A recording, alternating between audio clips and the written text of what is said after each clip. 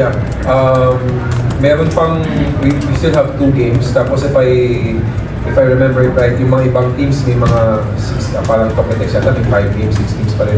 So, I mean, it's our goal na makapasok sa playoffs, and hopefully kung mabiyayaan pa makuha namin yung top 2. Pero at the end of the day, marami pa pwede mangyari. So before this game, concentrate lang namin itong Rain or Shine. After today, we have our last 2 games, Blackwater and San Miguel. Blackwater na muna. Tingnan namin kasi hindi pa rin, mahirap pa rin i-predict dahil may ibang teams nga, marami pang games. So we will just control kung ano yung mga control namin.